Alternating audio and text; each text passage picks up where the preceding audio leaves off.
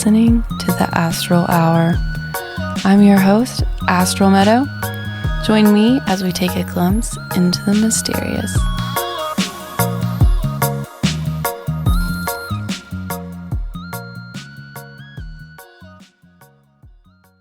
Welcome, everyone.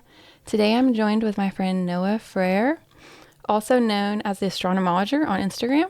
He is an astrologer that blends traditional Hellenistic techniques with modern facets while also incorporating a heightened awareness of the astronomy underlying the craft. Welcome to the show. Thank you. Thanks How for are you coming doing? on. I'm doing great. So, could you share a little about yourself with us and how you got into studying the sky? Yeah, I guess it started with a telescope. My mother-in-law bought me a telescope about, 12 years ago maybe. That would be a Jupiter return, so that works. And, the more I started looking through the telescope and joined astronomy organizations that are around Knoxville, the more I just started becoming obsessed with learning all about space. So I started reading articles all the time, and then suddenly I was like, tuning pianos is really fun and meaningful and fulfilling, but it's not as exciting as space. Mm-hmm. So it's time to go to school and see where it leads.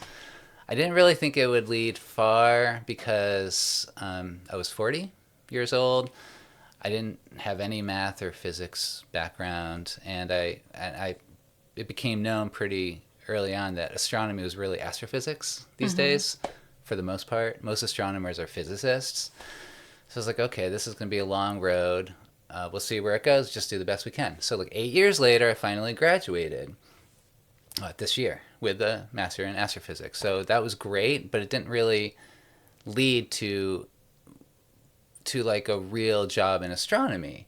And one of the reasons is because I realized more and more as I was going through grad school that although I loved astronomy, I wasn't super in love with physics itself. Mm-hmm. Now, I admit a lot of the reason for that was because I wasn't super good at physics itself. I had to work really hard to keep up with the other students. But it wasn't looking at the stars. It wasn't looking through telescopes unless you happen to have one of those rare positions where you can actually use the telescopes. Mm-hmm. And I started getting more and more into the spiritual side of astronomy. So when you go out and look through a telescope, and you're looking at Saturn, and you say, wow, because you see the rings in real life, there is something spiritual about that for a lot of people, myself included. Not for everybody, but that spiritual nature of the experience of astronomy became more and more impressed upon me as the material nature of the astronomy started to kind of go into the background a little more. Right. No, I mean, I was always interested in spiritual things since I was a teenager, so... When I realized that astrology was the exact and perfect blend of spirituality and astronomy, two of my greatest passions, I became more and more into astrology. So as I was in grad school, I started studying astrology more and more, which wasn't great for grad school, but it was good for my spirit. Right. And when COVID hit, I was I knew for certain as last year progressed that I would not want a job in physics. Right. Which was on the table still in 2019. I was like, well, maybe I'll get a job in physics. I just spent 7 years in school. Might as well do something with it, right? Mm-hmm. And then, you sit home and homeschool your kid, and you think about life, and you're like, no, that's not it anymore. So I started getting more into astrology. But I'll tell you what the big kicker was. The big kicker, the thing that really transformed me from being an astronomer to an astrologer, was... For my thesis, I was studying Vesta like asteroids, and the little pieces of space rock that come down to Earth that came from Vesta. And that was great, and I really liked it, and I love my mentor, and I love him still. But I was looking at my chart one day, and I was like, Vesta, the asteroid, in the natal chart was rising in the east almost exactly when I was born, which is a really important statement about my personality. Uh-huh. So it was it's so crazy that I'm studying Vesta in grad school and Vesta's rising in my natal chart. It just seemed too perfect.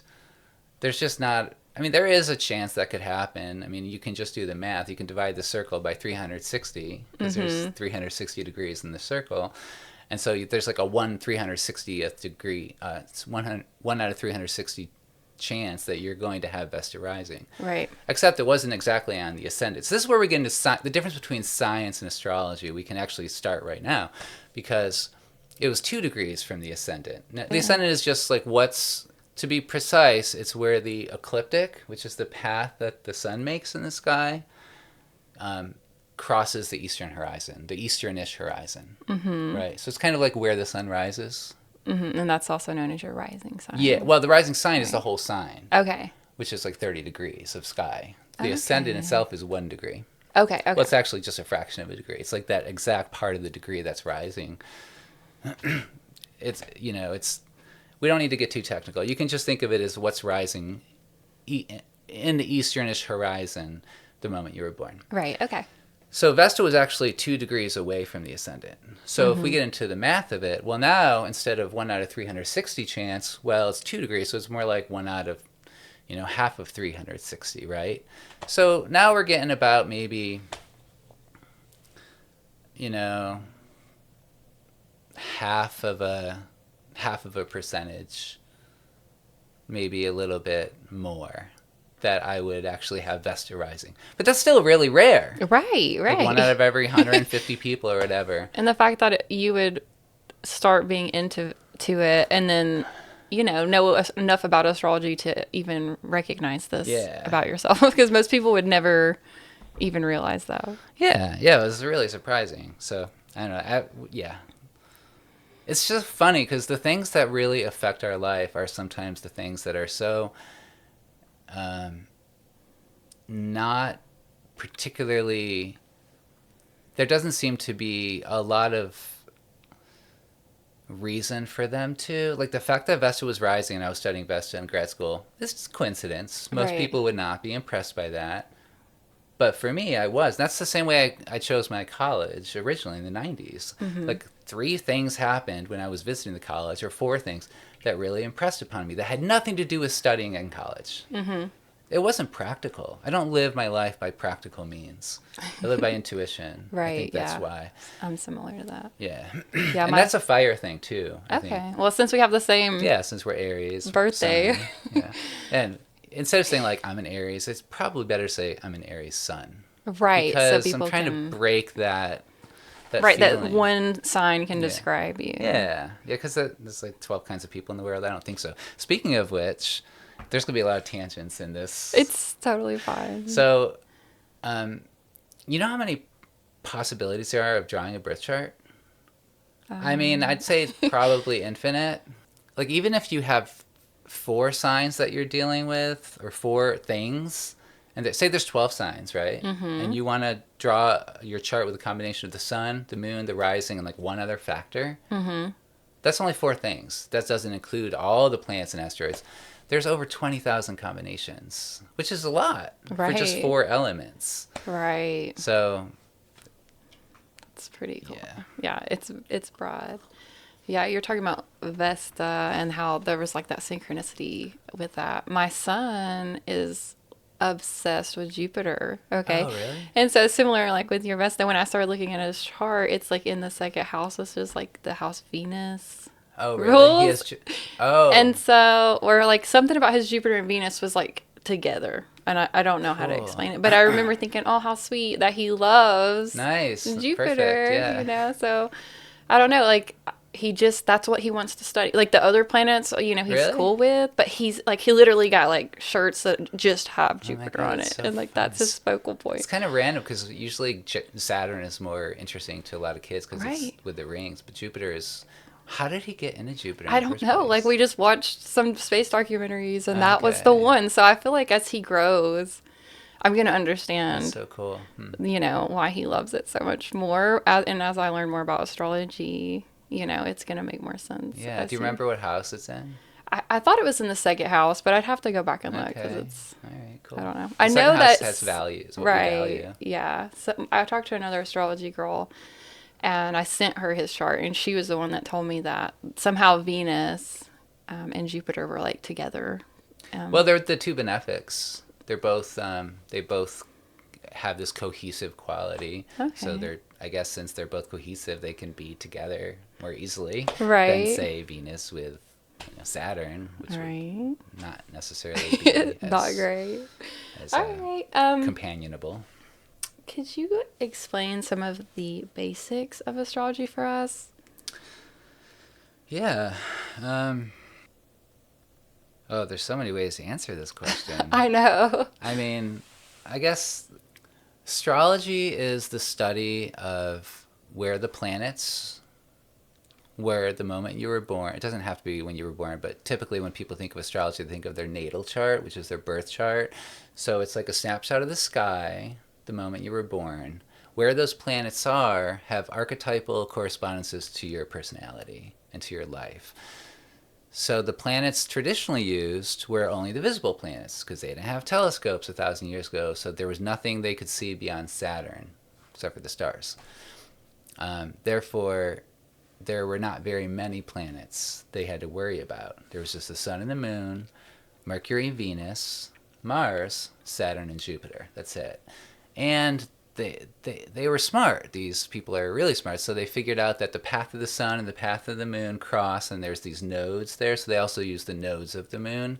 But that was about it, except for some hypothetical points that they would like calculate, which we don't need to get into now, so like the part of fortune, for instance, or the part of spirit. But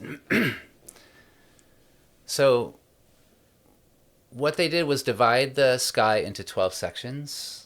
And those sections each have their own personality, you might say. So Aries has a fiery personality, Taurus is an earthy personality, and one section follows another. And those, when a planet is in one of those sections, called a sign, a zodiacal sign, it takes on the characteristics of that sign, right? So Jupiter in Sagittarius feels differently than Jupiter in Pisces. The other key component, so we got planets, we got signs, and the other really key component is houses. A house is similar to a sign in that it's like an area of the sky, but the houses stay tacked to the earth. They don't move like the signs do. The first house is always over in the east where the sun rises. The second house is always 30 degrees next to that. And they're all 30 degrees, just like the signs are 30 degrees. Unless you're using, there's different house systems, so that depends on the style you practice, but it's like a piece of the sky. And those houses represent areas of life. So you got your planets, which represent archetypal energies. You have your signs, which are like the clothes that your planets are wearing, the style that they exhibit. And then you have your houses, which are the area of life that they are acting in. So when you put all those things together, you already have a lot of possibilities. But then the planets make relationships with themselves. So if Mars is straight across the sky from Venus, you have an opposition. And you can't see an opposition in the sky very easy because you can only see 180 degrees, barely. And if there's any hills, you're not going to see. If Mars is setting and Venus is rising, like you're not going to see Venus rising unless you're in the desert. Right. Right. But they're still opposite each other. So then the astrologers ask themselves, what does it mean that the energy of Mars is opposite the energy of Venus? And they try to come up with some answer. And they do that by studying people and studying charts for centuries. And eventually all that knowledge trickles down into some kind of system that people trust. Right. So that's the basics of astrology. Okay. Yeah. All right.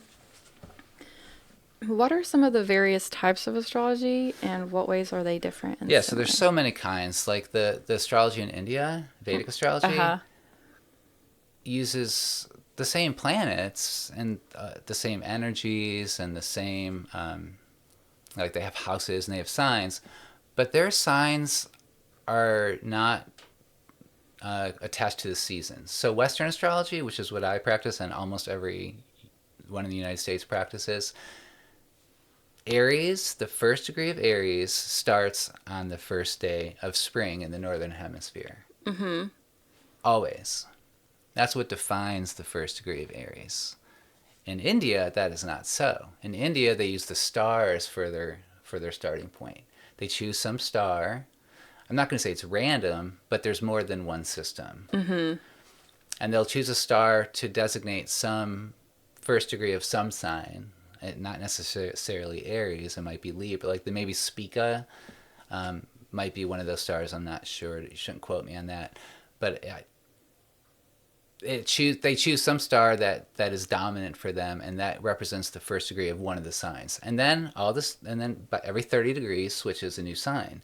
But since they're using the stars instead of the seasons, in India, I'm not an Aries sun. Right. I was wondering about that because one day I was looking up a video on one of my placements and I was like, this just doesn't sound right. And Yeah. then I noticed like in the comments that it was based off Vedic. And I was like, Yeah. I think you would have to cast your chart according to their system. Yeah. You couldn't use a Western Yeah. chart. Like it won't make sense. Yeah, and okay, so we can talk about that too. But so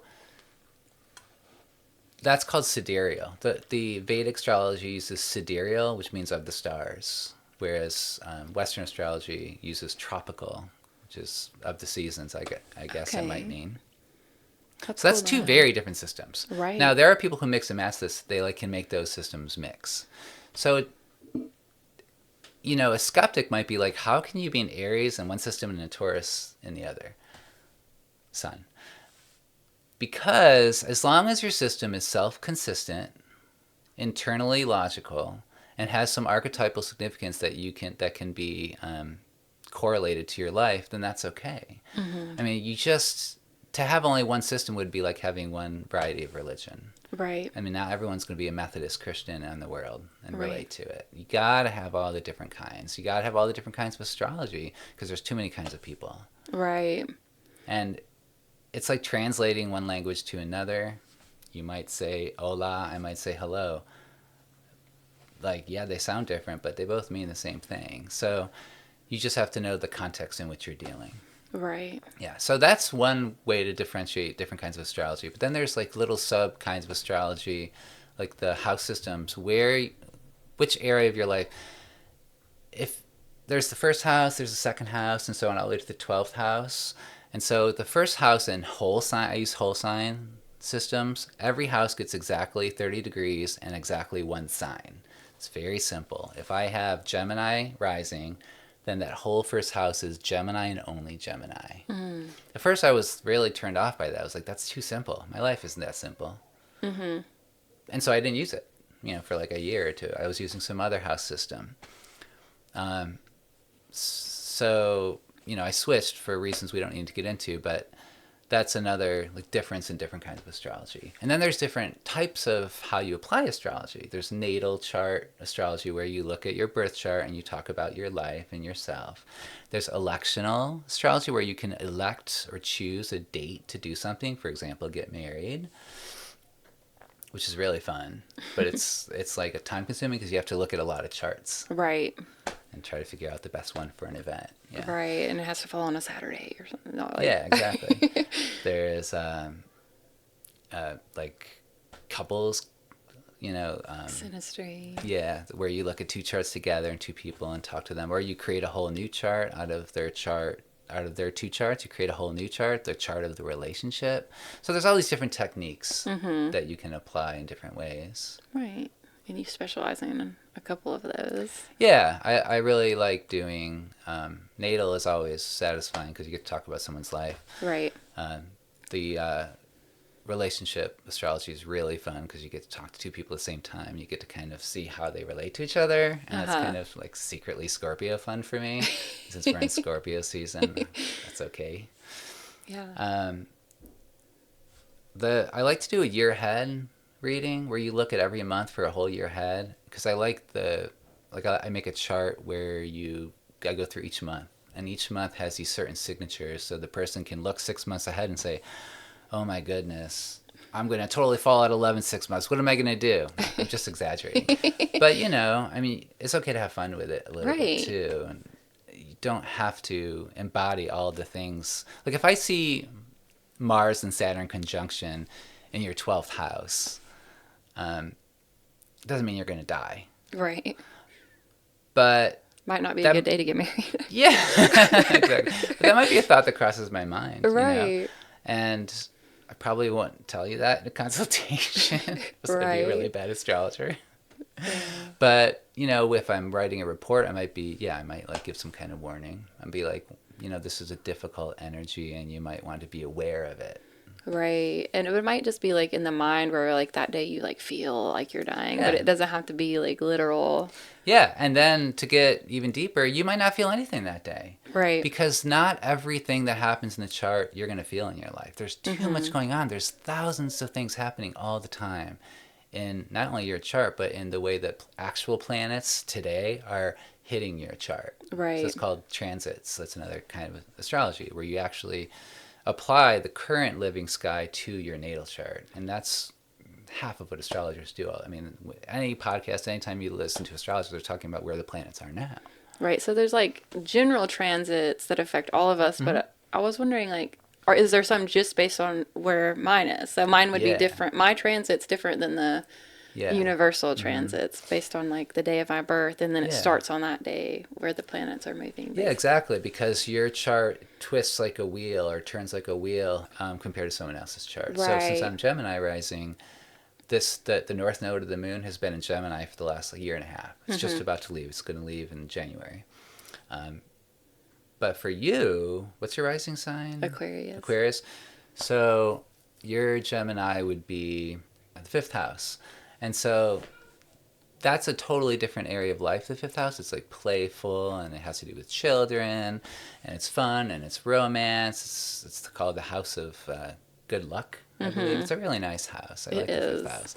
And so your north node going through the fifth house for the past year and a half would affect the way that you embody the purpose of your life in that area. Whereas for me, I got to totally redo my identity. Wow. Like I went from astronomer to astrologer. Wow, okay. And like when the North Node was on my exact rising degree, my ascendant, like huge things happened. It was just too perfect. It was like every now and then things happen in astrology when you're an astrologer and you're looking at your chart, you look at your friends' charts, and things line up so beautifully. And it just, it bolsters my faith. I have faith in astrology. So how does astrology work? It doesn't work for everybody. That's really important to know, and I think to declare. Just like Methodists, Christianity doesn't work for everybody. I don't know why I'm picking on Methodists. My dad was a Methodist minister for like 15 years. It's just the one you're more comfortable with, I guess. Yeah, I mean, I like Methodists.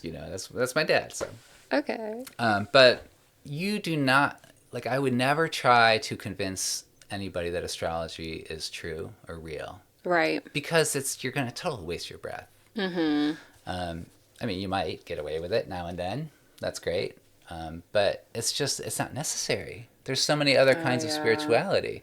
And so it only works for you if you happen to be in that stream of energy or consciousness or whatever it is. That's really like all the topics, like my whole podcast, basically. Everything we talk about.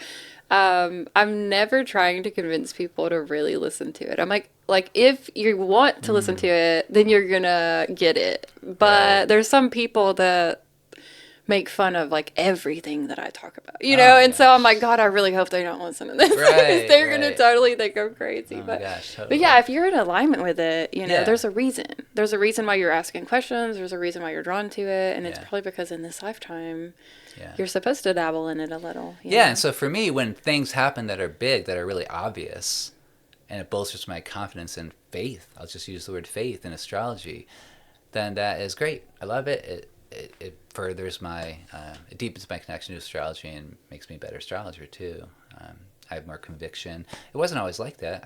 I didn't have 100% faith in astrology. I had to build that over time. Right. Well, you don't want to necessarily have blind. Well, I'm not that kind of person where I'm just like, okay, I trust what that person said. Right. It's like how it makes me feel when I hear it, what it said, and then I'll dabble a little and have some experiences, and that's kind of where my faith comes from. Yeah. It's based on how it, how I interact with it. Or totally. Whatever, so. And so many astrologers were skeptics to begin with. Right. They heard it all the time. Right. I mean, I was an atheist for 2 years of my life, where I just was I have to lose all of this dogma so that I know what I believe. So if it wasn't for the transcendentalists, I don't know if I would have got into this stuff, because I was totally just no, I'm kind of sick of it, right? I'm sick of people telling me what to believe. Yeah, totally. And, I don't know, the transcendentalist poets, this return to nature and finding spirituality just within day-to-day life. And in the stream and, Yeah. and then I just kind of took off from there and started Yeah. meditating and, Yeah, I went to Walden Pond once. oh Long, yeah, long, long time ago. But that's so no, it was special. really, yeah, it was nice. It was a good moment. Yeah, I bet. Um, could you give us some background on the relationship between mythology and astrology? Mythology. So much of astrology for me, the meanings of astrology do come from mythology. And that is not so true for all astrologers, and it's more true for some astrologers. So I try to find myself somewhere probably leaning towards the mythological side. But I have been trying to be aware not to overdo it, because if you take a myth and you literally translate it directly to some planet or some aspect of astrology, then you're like reifying the myth. You know what reify? Reify is like to turn something that's hypothetical or living into something like to write it on a gravestone. It turns it into something solid, Right. which is nice. It's easier to grasp, but it also is not necessarily real anymore. Okay. So a myth should be living. Like mythology is a very living formulation of our story of how we live, right? So it's just like I'm always trying to remind myself not to reify the mythology. So for instance, let's just take for instance, I guess we could start with Chiron. So Chiron's an asteroid. Uh-huh. Well, he's kind of an asteroid. He's more of a centaur, Uh-huh. which is like farther away from the asteroid belt. They're most of the asteroids live between Mars and Saturn. Like a billion of them, like so many. Right. But the centaurs are farther away. They're beyond Saturn, so they're out there with Uranus and Neptune and stuff. And Chiron is one of those guys. He's really far away. In the mythology, Chiron had this wound that he couldn't heal, and he got tired of it. He became a herbalist and a master and a teacher, and he represents healing our wound and how we can help other people heal their wounds. He's a really important archetype for astrology, and almost every astrologer that I've ever heard of uses Chiron. Right. Even though he was only discovered as a planetary body like 50 years ago. And he hasn't been around very long.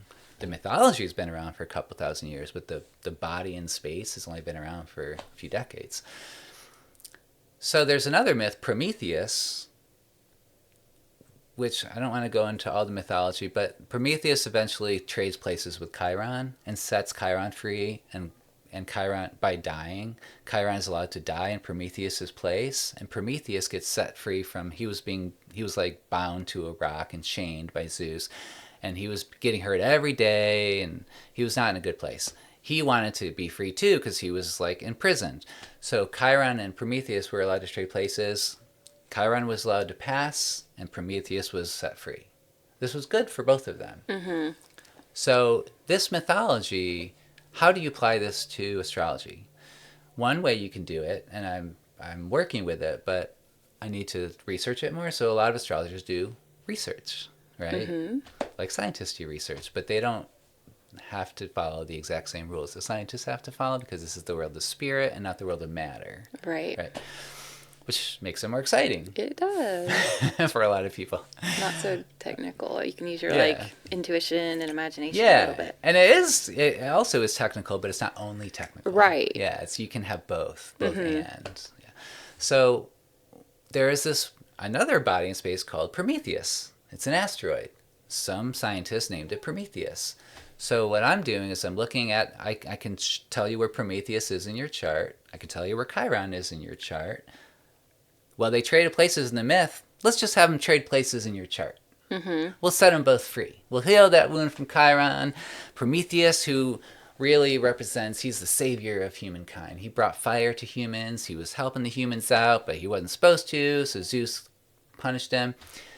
Prometheus is just a really wise, good character.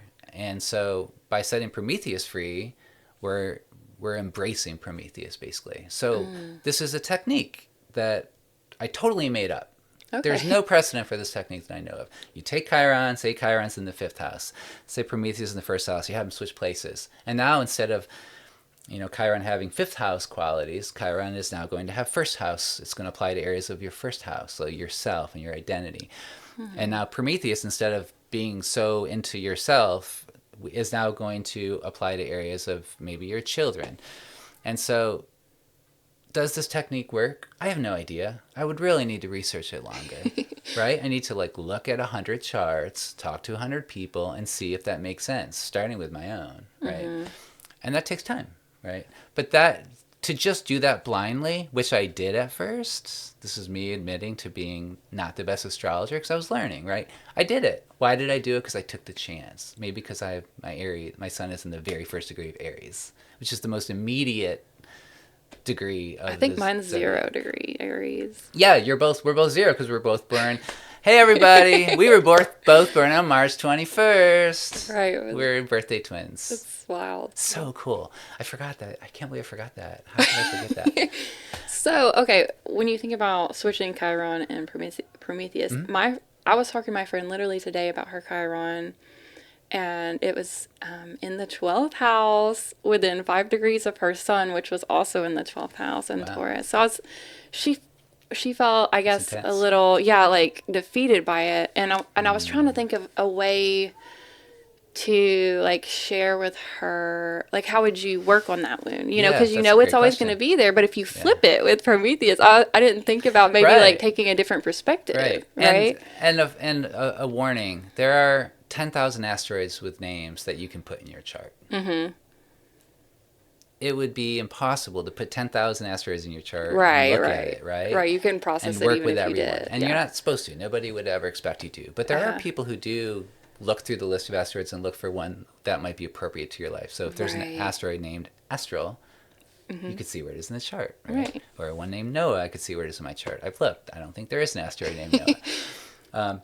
But you just want to use asteroids that are calling out to you. Prometheus called to me last December. So I can't remember all the events I have, but I just remember being really drawn to Prometheus and started studying. So I started putting him in all the charts.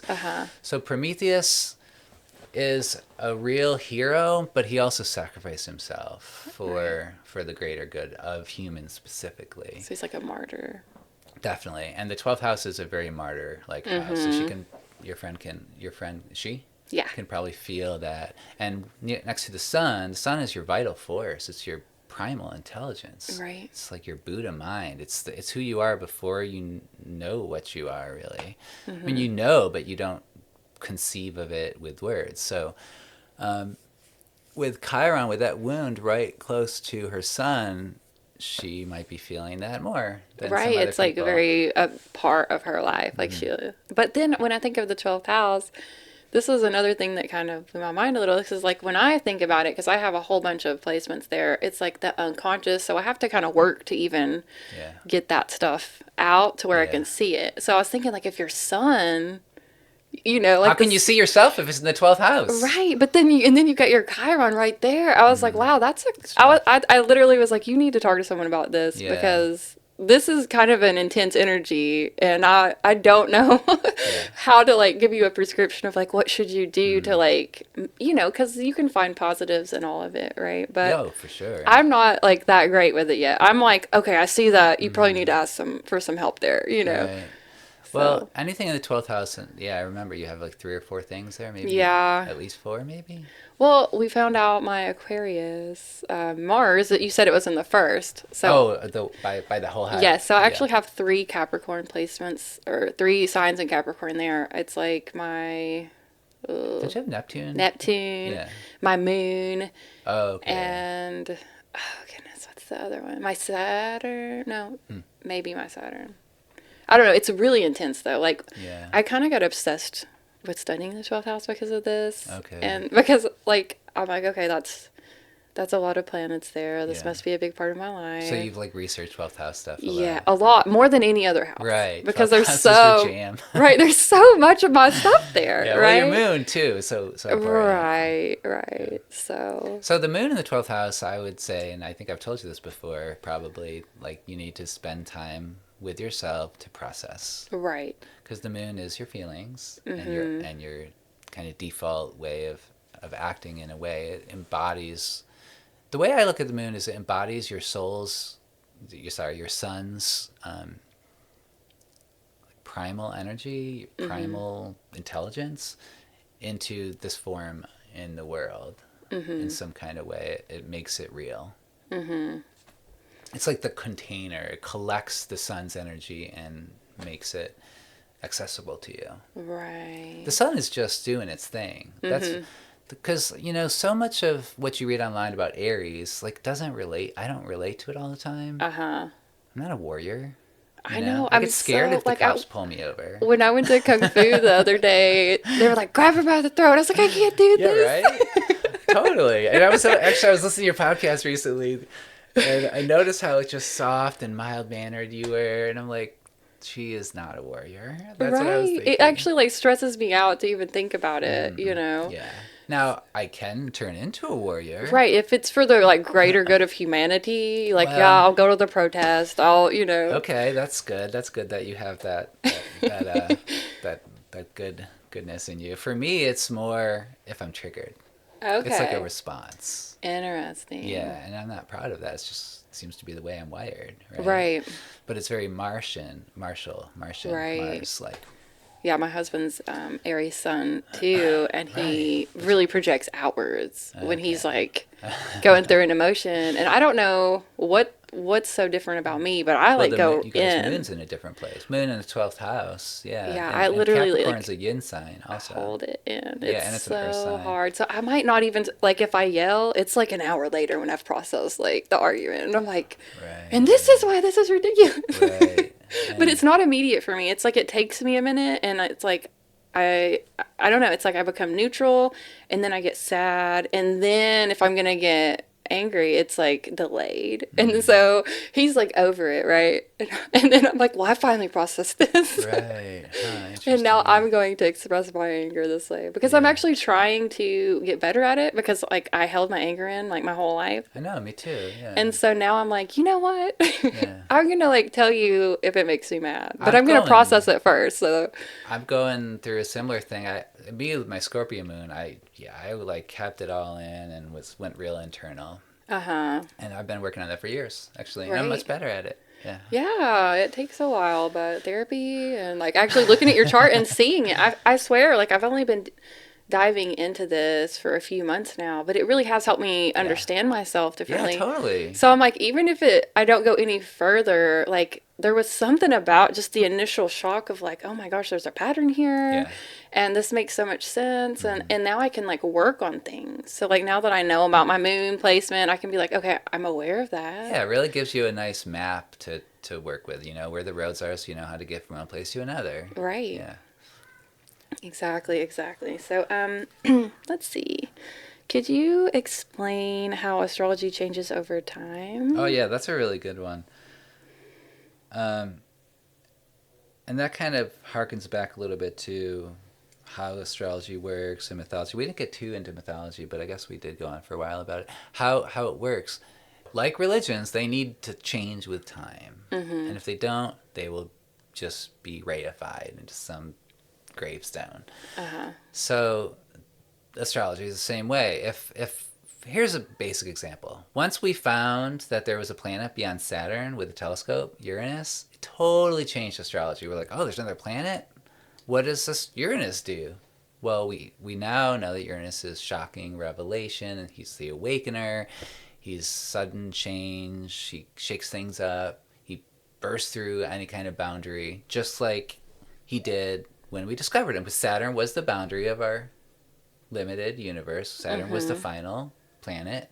And then suddenly there's this other planet beyond Saturn. Uranus literally broke through Saturn's boundary. It's like he revealed himself just when we were ready for that. Yeah, totally. Yeah, that's another way. That's a really good point, because that brings in the evolution of humanity into what we discover and when. So now we have to change astrology, because now we have a new planet. Well, then there's Neptune, then there's Pluto, then there's all the asteroids, then there's the centaurs, and then there's all these other things, the Kuiper Belt objects. So people are using all sorts of objects that are really far away and bigger than Pluto. to mean things in astrology. What does it mean? Well, that takes research, that takes time, that takes intuition. And so that's one simple, like very real way in which astrology changes. But there's more than that. There's even like when you take a typical planet like okay, take the sun in Aries for instance. The sun in Aries meant certain things 2,000 years ago. It meant different things in the Middle Ages to different cultures. And now it means something to me that's pretty specific and not what I always read online. So that's a way in which astrology changes. I am an astrologer, and when I do a reading for you, I'm going to tell you what I think Sun in Aries means. Right. And it won't be the same thing that this other guy's doing. If 400 other astrologers start picking up on my definition of Sun in Aries, and they start saying things similar, well, in 100 years, Sun in Aries will not be what it is today. Right. So it's changing with the times. You know what? In 100 years after that, it might mean something totally different. And that's fine. Because that's the stream that we find ourselves swimming in. Okay. And those streams all have meaning. Right. And it also reminds me of the Matrix, that scene when the wise fortune teller, the oracle told Neo just what he needed to hear, even if it wasn't true. Right. Like that is that's one of maybe my favorite part of the whole movie. Maybe it was a new idea for me at the time when I saw it, but it's not that it's okay to lie or to have. It's not that we're looking for misinformation, but it's knowing that if you don't have the whole understanding of the whole puzzle, but you only have part of it, that's okay. You work with what you have, and then you move forward. Right. And so you have to work with what you have in astrology, which is going to be different. I mean, if we move to the moon someday or to another planet, everything's going to be very different. The rate of spin of the planet's so different that, I mean, just whole new kinds of astrology will need to be developed. You can't just take the zodiac and place it over onto Mars. Right. It won't work because the spin rate, the way the Mars moves around the sun is completely different. And so the signs will have different, you might still be able to get away with similar house systems, and you can maybe still have 12 signs, but how they play out is going to be totally different. Right. Yeah. Do you feel like people kind of grow into some of their placements, specifically with the sun in Aries? Yeah. It's making more sense for me now that cool. I'm over 30. There was a couple points in my chart where they're when you hit 30, it shifts to especially my Capricorn moon was 30 kind of flips. Yeah, 30 is it's 28, 29, 30 is a big age for two reasons. One, the Saturn return, which a lot of people know about these days. It takes about 29 years for Saturn to go all the way around the zodiac. And so that's kind of your growing up. We would grow up during our Saturn return. Hopefully we make it through the Saturn return, and then we're more mature. Right. So when you're in your 30s, you're a very different person than when you were in your 20s. Right. So it's when I was a child and I would read the Aries stuff, and it's you're a leader and a trailblazer or what, just these I couldn't even lead the pledge. You know what I mean? But now you've grown into that. Yes, and now I can get up in front of people and talk if I need to. Saturn is kind of like the moon in the sense that it allows us to embody our life more. Interesting. He's like the taskmaster. He makes you grow up. If you don't want to grow up, he will make you grow up one way or another. And so I think people do grow into their chart. Yeah. Right. So if it doesn't make sense, because you haven't looked at your chart since you were 12, and maybe if you looked at it now, look at it again when you're 30. Yeah, you might relate to it a little bit more. And the other thing is there's something called the progressed moon cycle. There's a way in which there's so many techniques. There's so many techniques in astrology. One of them, you take the chart and you slowly rotate it as though you were moving the hands of a clock in an unnatural way. And it rotates, the planets move through the chart very slowly as your life progresses, so it's called the progressed chart. And the moon takes 29 and a half years to go all the way around the chart by progression. Of course, it takes 29 and a half days to go around the chart in real life. So that's around 30 years, and the moon, the progressed moon cycle, represents a whole phase of life. So we get a doubling up of new energy at around 29, 30. Interesting. Yeah. Interesting. Yeah, with my when I was studying the Capricorn moon, when they were like, okay, well, around 30. So, like, everything I read about Capricorn moon is really depressing. And it's because they say it's really far away from where it's supposed to, or it's home where it's comfortable. Yeah, it's across the sky from Cancer, But and it they're lives in like, when you Cancer. hit 30, you start like any trauma you felt from this moon placement, it's almost like you process it and you like kind of start flipping it. And then I also read somewhere where they're like Capricorn moon sort of age backwards, but it's because they experience a lot of the hardships early, and then it like you grow as a Yeah. person, and then you can kind of use what you've learned to sort of heal others and like Love that idea. I think that's so yeah, cool. it made me feel better about it because when I first started reading about it, I was like, oh my goodness, like, am I just doomed, to live this like tragedy? But then I was like, well, I did just, I'm 31 now. So, like, but I do feel like I have somehow been able to process a lot of these emotions that were very much under the surface. And now I'm like, I can actually talk about these things. Like, I know how to articulate it now. Right. Where when I was like 10, if you asked me what I was feeling, I would probably just like go in my room and slam the door, and I was like, I wouldn't have even talked to you about it. But now I'm That's like, amazing. let's share about it, let's go Yeah. into that. So, And I love that astrology has actually helped you to navigate that territory. right. It's been so cool. And I mean, I spend like about 10 or 15 minutes every day. Sometimes I spend like an hour, Oh, really? just Doing like looking looking at your at chart different and stuff? perspectives on my chart. Oh, that's Yeah. amazing. And now Okay. I'm like, my friends will send me things or they'll say something about, and I'm like, can I just like see where this is, for Yeah. you? And You're I'll be like, deep into it. That's awesome. I mean, but like when I talk to you or like when we were at the astrology club thing, and I felt kind of like a newbie because like I don't really know much about the transits, and I'm just like right in the natal, and I'm Yeah. like, if I jump too far ahead, then I'm not gonna Yeah. master like the It's so hard archetypes. to learn astrology. It takes years. It's just I like don't know physics or like anything how to else. organize it. Like my Yeah. ADD is like kind of all over the chart, and Right. I'm like, so I'm like, today I'm just gonna focus on the fifth house, Yeah. and like Jupiter there or whatever. Hmm. Um, Yeah. Maybe an so organizational way would help you right, that's get why I all want to the. take a class Yeah. because I mean I think a lot of people probably would benefit, especially in the beginning of like Mm.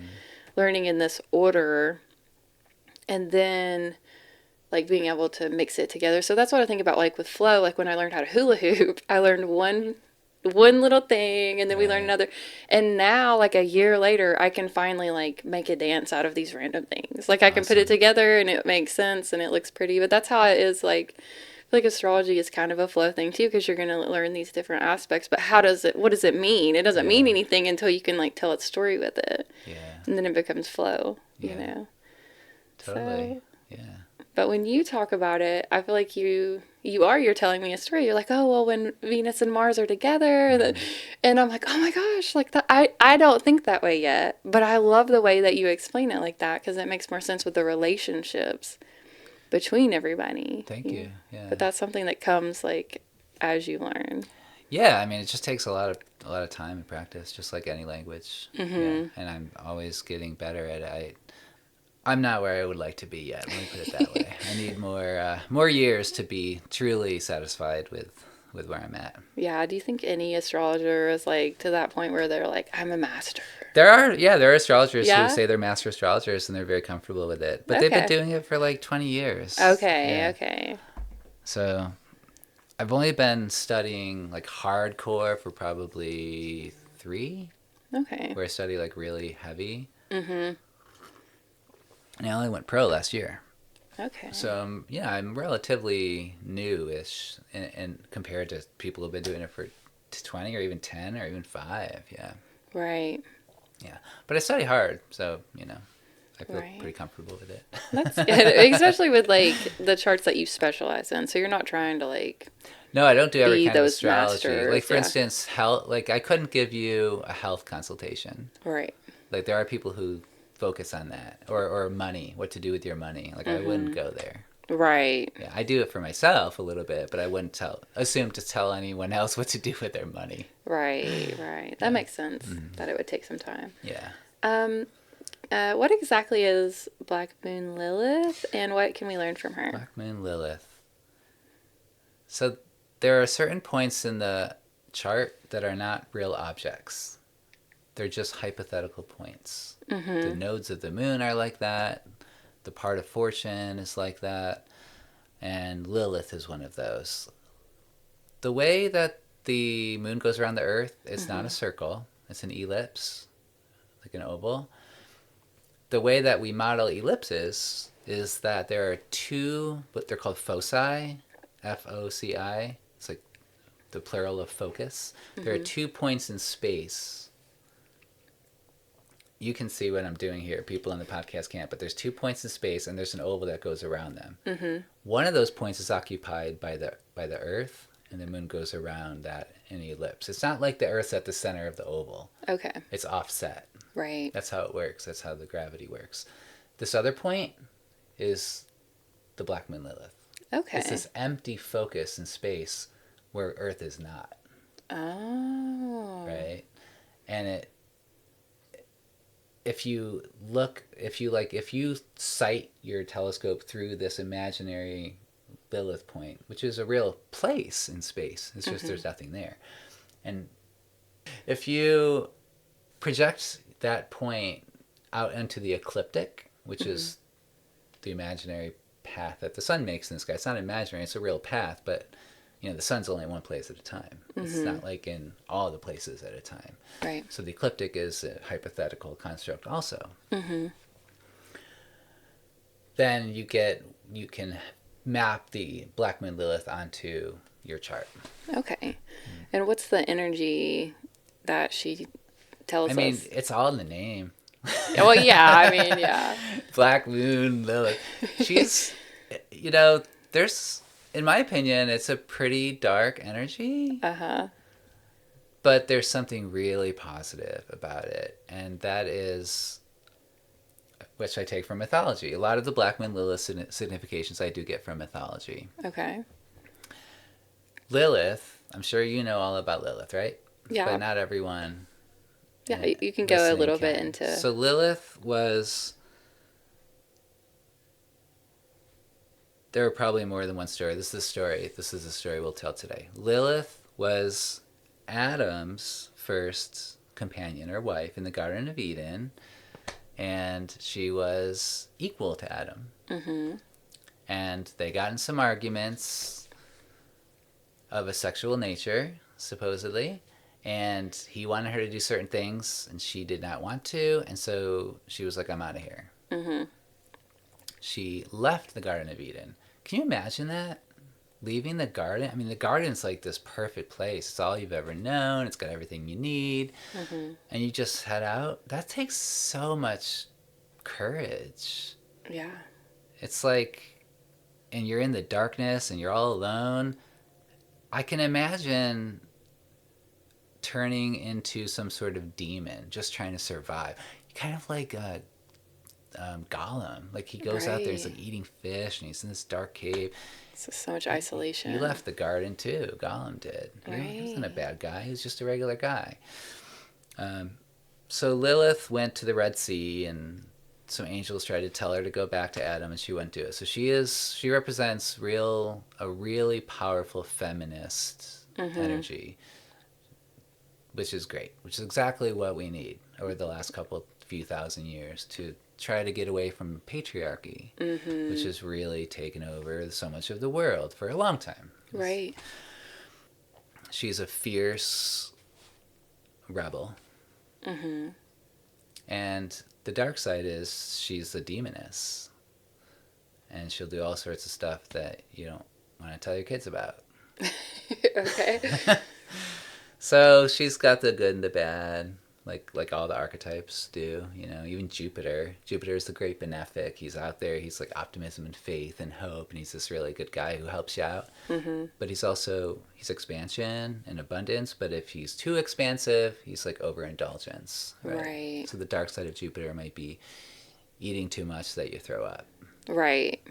Okay. And you can take that into other psychological realms. It can be eating too much psychologically, whatever that might mean, like taking on too much energy from other people maybe, and then like martyring yourself. You can take it in a lot of different ways, but just to say Jupiter has a dark side.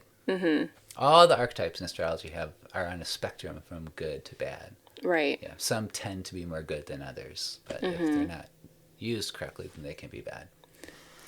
So Lilith is a real tough badass, basically. And if you want Lilith to be on your side, then you see where she is in your chart. You see what kind of energy she inhabits for you, what areas of life she pertains to, and you try to bring that rebellious freedom and feminism into your life in that way.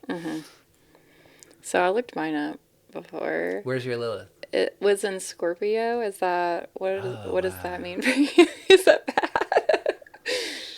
That's a lot of darkness. You're in trouble. Yeah. I'm just joking. So also we should note that there's two kinds of Liliths in astronomy. There's something called the true Lilith, and there's something called the mean Lilith. Mean doesn't mean like not nice. It just means average. Right. It's another physics word, right? Or math word.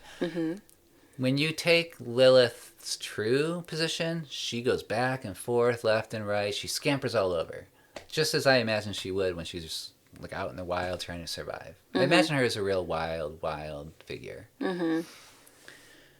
That's the Lilith I use, because that's the way I like to think of her. That's like seems realistic to me, and that's what actually the astronomy is doing.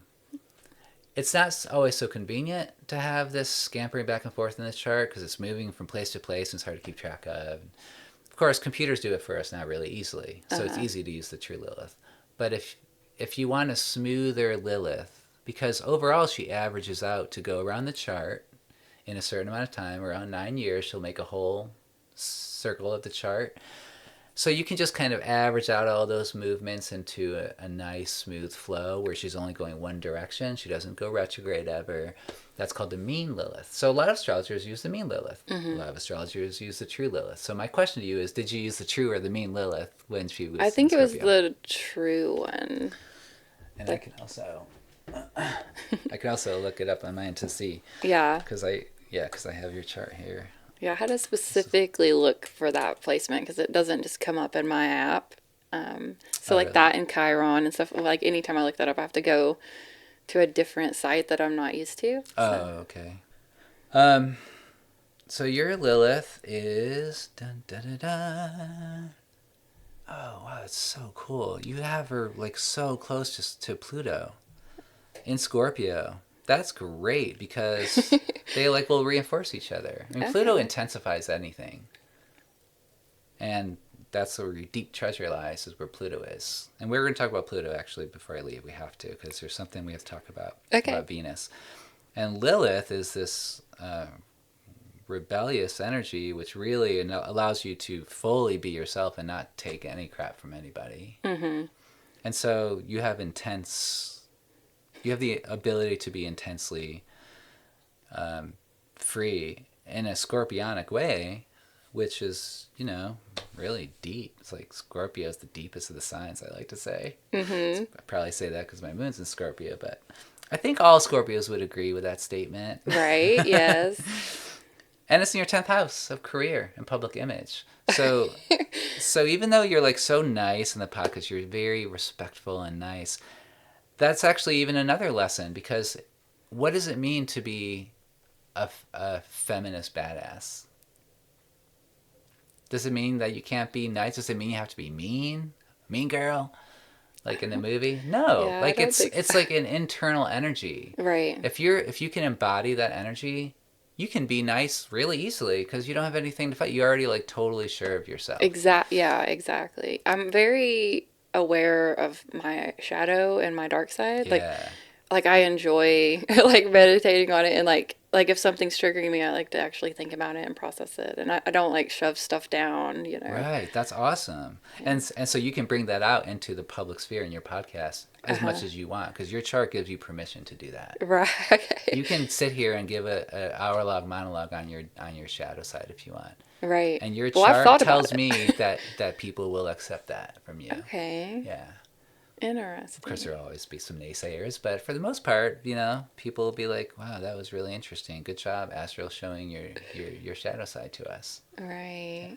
And so Lilith being with Pluto means you can bring up all the Lilith energies while you do it as well, which is like I said. It doesn't. We don't need to repeat it. We already talked about it, but right. I feel like it makes sense why I've always been like empathetic of Lilith and just was totally like felt she was justified. You know, like as soon as I heard her story, I was like, way to go, you know? Like I was never like, you need to get back with that man, you Yeah. know. Just suck it up or Yeah. whatever. Totally. Yeah. Awesome. So, all right, so you want to talk a little bit about Pluto or Yeah. So let's talk about. I have a list here that we didn't talk about before. There's about 3 things here I want to talk about. Okay. The first one is the eclipse coming in 2 days. Uh-huh. Right. So it's on Friday in the middle of the night. Mm-hmm. The whole thing lasts 6 hours long. Okay. Which is a really long time. Now, for the first hour and a half and the last hour and a half, you're not going to really notice much of anything. You might notice a little tinge of the moon turning a little bit darker, but it'll be subtle. Mm-hmm. That's when you know what the penumbra is? There's the umbra and the penumbra. So the umbra is the dark part of a shadow. Mm-hmm. So like you can see a shadow right here from the cup on the table. It's obviously dark and obviously a shadow. Outside of that would be the penumbra.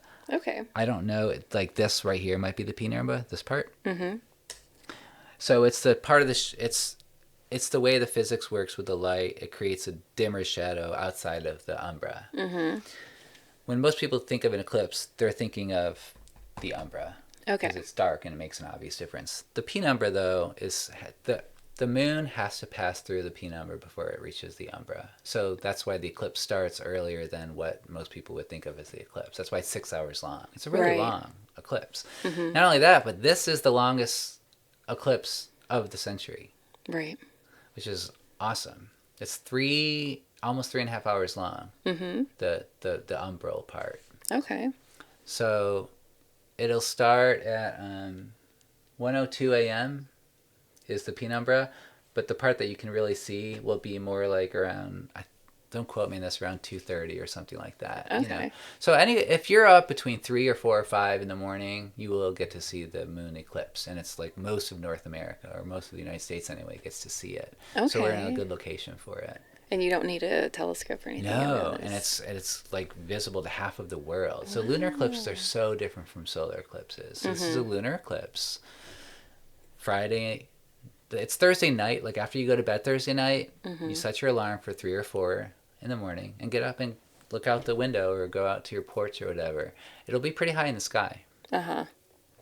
Okay. So I'm definitely gonna set my alarm. Oh yeah, I'm sure. And I'll wake my daughter up and show her. I did that like 3 years ago and showed her. She was like not impressed. She was like 3 years old or 4 years old. Had no idea why I was getting her up in the middle of the night to look at the moon, which she's seen before. My son will be super excited about it. He has a telescope. He's all about space. Awesome. So he'll love waking up in the night to look at that. Yeah. So now eclipse season only happens every half a year. So eclipse season is always really notable, and you usually get 2 eclipses per season, a lunar and a solar. Not necessarily in that order. Occasionally you'll get 3 eclipses in a season. Okay. This eclipse happens at 27 degrees Taurus. So for everyone listening, if you want to look at your chart or access your chart somehow, you can go to astro.com if you haven't seen it and put in your birth details and it'll show you your chart. See if you have anything near 27 degrees Taurus, and this eclipse will trigger those points. I don't have anything in Taurus at all. Right. But I still have Taurus in my chart, so I still have Taurus energy. Yeah, one of my houses starts at 26 degrees Taurus, but I don't actually have like a planet right on it. But well, yeah, because we talked about Algol before. Yeah. So this is happening near Algol. Right. I had someone like warn me because she has a similar placement, and she was like, the energy might be weird. Well, you know, that's something to look into for you specifically since you have Pluto and Lilith together, and Algol has some patriarchal overtones because it has to do with the head of the Medusa or the eye of the Medusa or something. I do not know anything about Algol, so disclaimer. But I know it has something to do with the head of the Medusa. Isn't that correct? Yeah. Or maybe even the eye of the head of the Medusa. I think Algol represents the literal head of Medusa, maybe. Right. I've tried to look at it in a positive way because, of course, when I looked it up, it was like you're going to be beheaded or what. It's like there's a lot of this folklore around it that's just like negative. But I was looking at it from like a talisman. Like Medusa actually means protector or something, like the word. So I actually look at her as like she is sort of standing outside, like protecting me. And if someone does, like if someone does something cruel to me, that it takes Yeah. care of itself. Like I don't have to be a warrior because Mm-hmm. I have this talisman, right? That's just like you better not mess with her, right? So. Yeah, and that actually reminds me. So, how we think of Algol reminds me of your earlier question: how does astrology change through the ages? Mhm. Well, we are living in a patriarchal age, Mhm. and so Medusa has a negative connotation. Medusa is this monstrous female who Perseus had to slay Mhm. to make life better. Well, Medusa wasn't originally a monster. Medusa was a beautiful person Right. who found herself in a bad place, and then someone, Athena, Pallas, Mhm. like turned her into the Medusa because Pallas, at this point in history, represented patriarchy, um, co-opting the mythology of matriarchy. Mm. So yeah, Algol is like a bad star for us now. But in 5,000 years, if we're living in a non-patriarchal society, the myths will either change or they will go back to the way they were before patriarchy. And Mhm. Algol might very well be, like you say, Medusa. So when Pallas was originally conceived of, like thousands of years ago, on the coast of northern Africa, she she was like a warrior tribe of, I guess, Amazon warriors, Okay. and they protect themselves with masks, Mhm. as I've heard. I'm not an anthropologist, so but this is what as I understand it. And they had like hideous masks to ward off any kind of invaders. Mhm. So those masks later play into how the Medusa myth was created. Oh. So I like that. I like that you said Medusa. I hadn't heard that, but I like that you said Medusa means Protector. protector. Yeah. Yeah. All right. So is there anything else you want to share about like the current things? Um, yeah. So I guess I wanted to say one more thing about Medusa. Medusa is just the grandmother form of Pallas Athena. So Mm. when Pallas slays her own grandmother, essentially, she is taking the side of patriarchy. So Pallas does it. Pallas is a really fascinating character. Mhm. She's an asteroid. She's in the a lot of astrologers use her in the chart. She was one of the first asteroids ever discovered, so that's why she's used a lot in astrology. There were 4 asteroids that were discovered like early on in the days of the telescope that are Mhm. used very frequently. And so we called them the asteroid goddesses, and Pallas Athena is one of them. So just Mhm. for all y'all out there who don't know what I'm talking about when I say the word Pallas, she's an asteroid that we use in astrology. Mhm.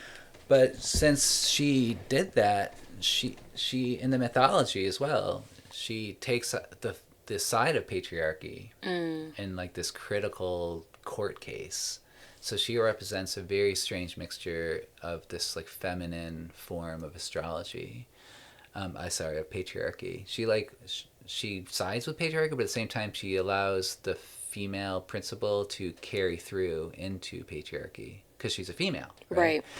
And so she represents like feminine creative wisdom within this culture that we have. Okay. That's Yeah, interesting. she's super cool. Yeah. When I was younger, I was very drawn to her Oh, really? story in Artemis. You know, there's a huge Pallas Athena statue in Nashville. Yes, I need to go yes. there. I haven't seen her yet. I haven't either, but I've seen pictures of it. It's super Okay. random and cool that they have I that. know. Yeah, definitely need to go. Um, so yeah, so during this eclipse, what? Okay, why do we care about eclipses at all? We need to talk more about Right. eclipses. I was going to eventually ask, like, how does this affect us? Yeah. So a full moon is when a lunar eclipse happens. Normally, a full moon is bright and beautiful. You can see it all night long. It comes up when the sun goes down.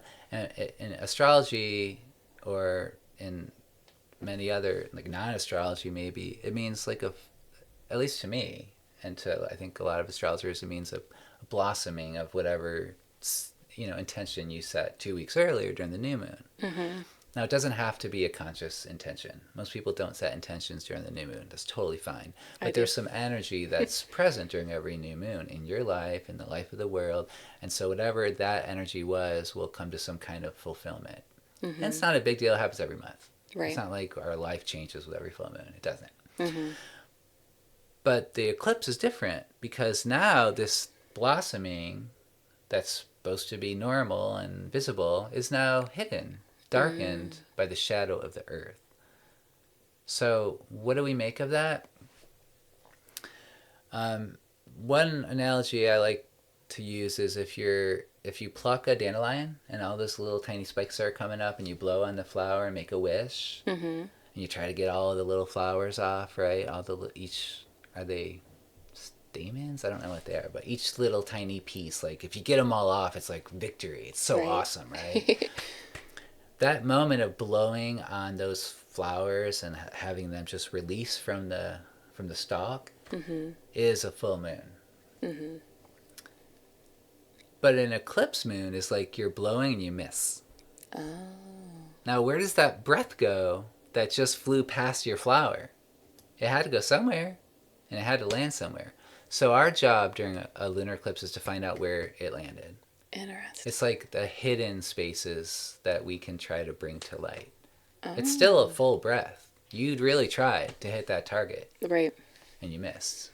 So I need to go back and look at the intentions I set Yeah, on the new moon and see if any of them manifest. And especially in Scorpio season, the sun is in Scorpio now, so it's this transformative kind of energy that it's trying to shed light on. We're already like unearthing things right now. The moon is in Taurus during this eclipse, so that would be like an embodiment of what we're unearthing. Or maybe we want to like offset the darkness of Scorpio and try to kind of sink into some more pleasurable escape, maybe. Or maybe the Taurus full moon would, if it was just full moon, maybe it would be like, we've done some work, we've changed, and now we get to enjoy it. Let's love each other and like take a break. Like maybe that would be the full moon. I love full moons. I think they're really, even though it's an opposition from the sun, it's not like the other planets that are opposite. These are the two luminaries. And the full moon is obviously a beautiful, bright thing. I think it's a really great thing. I love the full moon. Yeah. And I think it's only positive. I don't think there's anything negative about the full moon at all. Right. Even though it's opposite the sun. So astrologically, you say, oh, it's opposite the sun. There must be some opposition, some polarity. Well, there is, I guess, but it's all, I don't know, maybe I should not say it's all perfect all the time, because I can think of some cases where the full moon can be difficult because it's collecting so much from all the light from the sun is being reflected. So it's if you're really living that moon energy in an unbalanced way, then I guess it can be too much feeling. Like, well, that's a whole werewolf. Like teary or like you turn into a werewolf because it's so powerful. But hopefully you have some soul or energy to balance that out. Right. Okay. So when I was driving here tonight and I was on these dark roads for over an hour, and I didn't know if I would ever get here because it was taking forever, and I was like, I might be lost. I felt like I was totally doing the eclipse. I felt like I was like in an eclipse myself. Right, in the darkness. Yeah. Like you're still on the journey. You're gonna land somewhere. Yeah. You don't know whereas where. If I'd taken the highway, which was an option, it would have been like a full moon without the eclipse. Right. That's like one way of kind of poetically thinking about an eclipse. That's interesting. Whatever that means to you is, I guess, can be individual, but. Right. Okay. And also another thing I want to talk about is why the moon turns reddish when it's a lunar eclipse. Okay, my son asks me all the time, like, what's the red moon? What's the blood moon? Or whatever. So it's really interesting. Normally the full moon's like whitish, right? When it's in the shadow of the earth, it's so amazing because all of the light of the sun bends around the earth, and all of the blues and the shorter wavelengths are scattered away, and we only get, like during a sunset, you see red, a lot of red in the sky. That's because of something called Rayleigh scattering. It's a physics principle where all the shorter wavelengths are preferentially scattered away. By the time it reaches your eyes, there's no more blue left, so you're only seeing red. So imagine that going and like surrounding the whole Earth. So, and you're standing on the moon. If you were standing on the moon looking at the Earth, you would see all the sunrises and all the sunsets simultaneously surrounding the Earth. And you see like this red glow because the sun would be behind the Earth. Interesting. So from the moon's perspective, you would see an eclipse, Uh-huh. like a solar eclipse with this Earth blocking the sun. Right. But from our perspective, since we're on the Earth, we're seeing the moon in the shadow. And it's reddish because all of the sunsets and sunrises are coloring it red. Did I say yellow? Sorry, red. That's super cool. I would have it's probably never so figured that one out. I mean, neither would I. Yeah, I didn't figure that out myself. Nobody. Yeah. Yeah, it's really cool.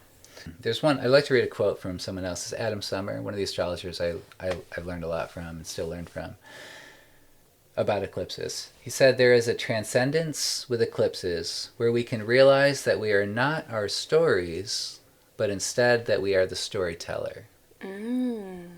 So that gets back again to the question of how does astrology change? If we're just the stories, then we're subject to some other storyteller telling us what's going on. Right. But we're not. Since we're the storyteller, we get to participate in the story itself, and that can change through time. And eclipses, what they mostly do is bring great karmic change, inevitable karmic change that we don't really have power over, but we can affect how we play with it. Right, how we respond to the energies that are just around us all the time. Yeah.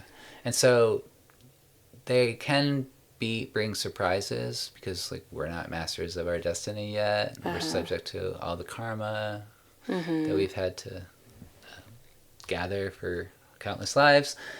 But I like thinking of that, us being the storyteller rather than the story. Yes, I like that too, because I definitely don't want to be like trapped, into this placement. And I think like with the natal, like it's sort of like a picture of like that moment you were born, and there's a lot to learn from that, but then you think of like it's moving all the time. Yeah, so that's just the picture of like your origin. Right, exactly. But it's not actually staying there. It's always shifting. And it's moving in many ways. There's the transits, like you say, how the planets are hitting it now. There's the secondary progressions we talked about where your chart is slowly turning from like just little by little, year by year. There's something called primary directions, which is super cool. Like if, say, Venus was... say you were born with Venus risen and it was maybe halfway up to the sky. Well, in real life, that day that you were born, about 3 or 4 hours later, Venus would be at the top of its path in the sky before it started going back down towards the horizon. So primary directions is a technique where you take Venus and every degree it goes, you apply to 1 year of your life. So if it took like, say, 30 years for Venus to get to the top of its path, which is a very powerful place to be, a very public place, a very prominent place, then when you're 30 years old, Venus will be acting in your life in a very prominent way. Okay. And I did this. I just started doing this. It's like a technique I'm just getting into. And I did it on my own chart, and I was shocked at how accurate it was. Yeah. I got married when Venus was on my midheaven, and something else happened when something else was, setting. I can't remember what the details are, but I have all my notes, Yeah. So just saying there's so many ways that the chart moves that we live with the chart. And you evolve like with it as it's moving. Speaking of which, so let's go to let's go to the Venus retrograde. So you've heard of Mercury retrograde. It goes retrograde every like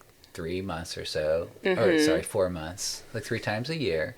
It lasts 3 weeks, and the story that our society gives us is that computers break and cars break and don't buy a computer and you shouldn't fly and stuff like that. And while that probably is true for some people, I have not found that to be the main attribute of Mercury retrogrades. Maybe because I was born with a Mercury retrograde, so it acts differently on me. I don't know. A lot of people were born with Mercury retrograde. It's not a super rare because it goes retrograde 3 times a year for 3 weeks. So there are other things that I attribute to Mercury retrograde's meaning, such as, going within and reviewing some of your mental processes is more what it's about for me. But Venus does not go retrograde 3 times a year. Far from it. She only goes retrograde about every 1.5 years. So it's rare. So most people are not born under a Venus retrograde. That would be a rare thing. How long does she go retrograde? About 40 days and 40 nights. and she's going to go retrograde again next month. Okay. So I'm really excited about this. I'm going to do a whole Venus journey. Okay. Like where every day I journal and think about what's Venus doing in my life and in my chart. It's sort of time to go deep within in your values and your relationships. It's time to really reformulate some of these really important areas of life, like our relationships and our values. Right? It's super awesome. So is it like in like it's going retrograde in Capricorn, that's right. which is a very like serious kind of energy. It's a serious placement. Venus and Capricorn. Yeah. I don't know. She's changing, and like when I first meditated on Venus and Capricorn, it was very like scary, like horrific. I couldn't believe it. But now I feel like she's used to it, and she's okay with being in Capricorn. I don't think it's her favorite sign. But maybe for some people it is. Maybe some people experience Venus in Capricorn as being like really like awesome. I don't know. But regardless, she will be going all the way through to 27 degrees Capricorn. And then she will be stopping in the sky and turning around right next to Pluto, basically on top of Pluto. So this Venus retrograde period specifically is a good time to go way Plutonic. So to go even deeper than we would normally go. Okay. And I'm really excited about it. Yeah, I like the idea of like journaling a little each day through it, so that you can actually like look back and be like, okay, this is what shifted during this time period. Yeah, I purchased a course. It's like a whole the thing you do. Yeah. Okay. It's got like guided. It's like got daily guides and everything. Yeah. So I can make it. Like you were saying earlier, if you just kind of fiddle with stuff, it's great. You learn a lot. But this is like a real course where every day is structured. Right. And so I'll really be able to have a whole result, hopefully, that makes a lot of sense. So just a little bit of the details. The whole thing takes about 4.5 months. She's not retrograde for 4.5 months, but you know what the shadow is? She'll enter her shadow. That happens like tomorrow. Oh. So for people who don't know what the shadow is, when Venus turns around in the sky, she goes backwards through the zodiac, not in her usual direction, and she'll travel for, a couple of weeks or so. Let's see how long she'll travel. I have it here. The whole retrograde period is, I just said it's 40 days. So she'll go backwards for about 20 days, and then she'll stop and start going forward again. Before she turns around in the first place, which doesn't happen until next month on the 17th. No, that's wrong. Next month on the 19th. So I put a typo, that's why I'm confused, but I'm sure it's the 19th. So next month on the 19th, she'll turn around. But before that happens, she's going to enter her shadow, which is all the degrees of the zodiac of Capricorn that she will be going backwards in. See what I mean? So she enters a shadow, she turns around, she goes back through that shadow. She turns around again in January, and then she goes back through that shadow again. So she hits these spots of the zodiac 3 times. Forward, backwards, and then forward again. That whole area of Capricorn, which is most of Capricorn, because she turns around and goes close to the beginning of Capricorn before she turns around again, is under review for all things that are Venusian. What is Venus? She's love and beauty, but she's also very relational. She likes to bring people together, and she represents your values. She's your conscience, which is super important. So do you think that this will affect like you and your significant other? Like it could, yeah. I mean, it might not, because it depends what area of the chart it's in for you. So for me, my Capricorn's in the 8th house, which is actually a very Plutonic house, and it's right on top of my Mars. Mine's 12th house, so I feel like this is going to be bad. No, it'll be good, because it means you can go really deep. But I would say for you that you should... totally. That you should spend as much time journaling as usual, if not more. And you process I did just buy a shadow work journal at the prompts. Nice. That should be here like next week. So Awesome. I'm like, maybe that was perfect timing. Yeah, synchronicity there. Yeah. So when the first Venus retrograde period that I was aware of, like I didn't know anything about Venus retrograde, happened, I don't know, a year and a half ago. It was in my first house of identity. And so I remember just reconfiguring how I relate to other people, basically. like I was mad at some people and I had to get over it, stuff like that. Or like Right. people contacted me from like the distant past, like 15 years ago, and came back into my life. Important people, you know. Right. Interesting. So that was, yeah, that made me kind of tune my ears to, oh, Venus retrograde, she does stuff.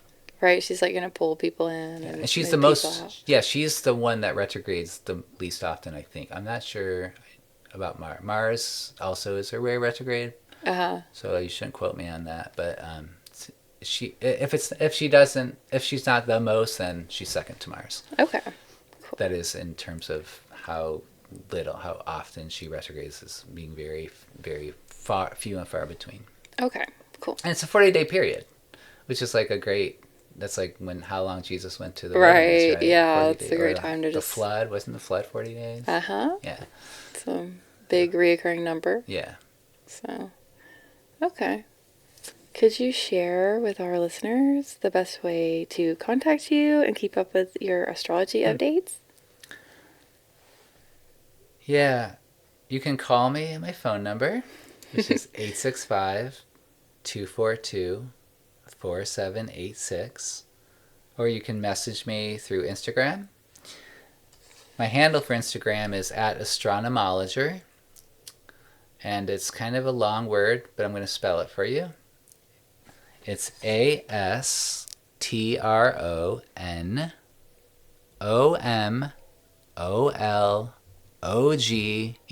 So it's like astronomologer. It's kind of an unwieldy business name, but it is the name I've chosen because it's a mixture between astrology and astronomy. Right. Yeah. Yeah.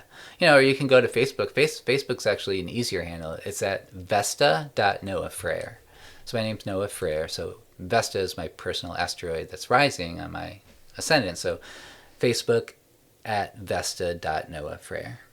Or my website, which is really easy. That's probably all I ever needed to say. www.noahfrere.com. All right. Well, thank you so much for coming out. Yeah, definitely. Thank you so much for having me. Yeah. Anytime you want to like chat about the stars, you're always welcome to come on the show. Oh, can I make an announcement of what I'm doing in the future? For sure. I teach this class called Draw Your Boat, and every sun sign gets a boat, a kind of boat, like a sailboat. Like, for instance, the Aquarius sun gets the pirate ship. Mm-hmm. Okay. Aries sun gets the speedboat. Or a warship. You can take your choice there. So, and then every moon sign gets a certain weather pattern. So I thought really long and hard for like which weather patterns go with which signs, which boats go with which sun sign. And there's 12 different ground landscapes, which correspond to something more complicated that I won't get into now, but I would need your chart to put it together. Right. And then the last thing is your rising sign. Is how you decorate your boat.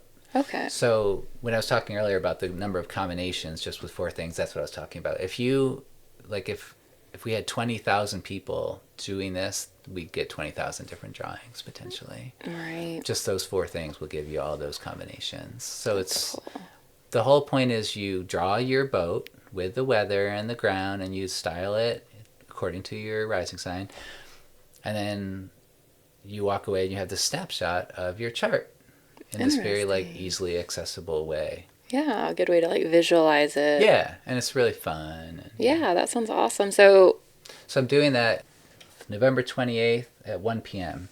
Okay. The Infinite Light Center in Knoxville. All right. Yeah, it's by donation, so. That sounds fun. Yeah. All right. Well, thanks for coming out. Yep. I really appreciate it. And thank you all for tuning in. Check us out next week on the Astral Hour.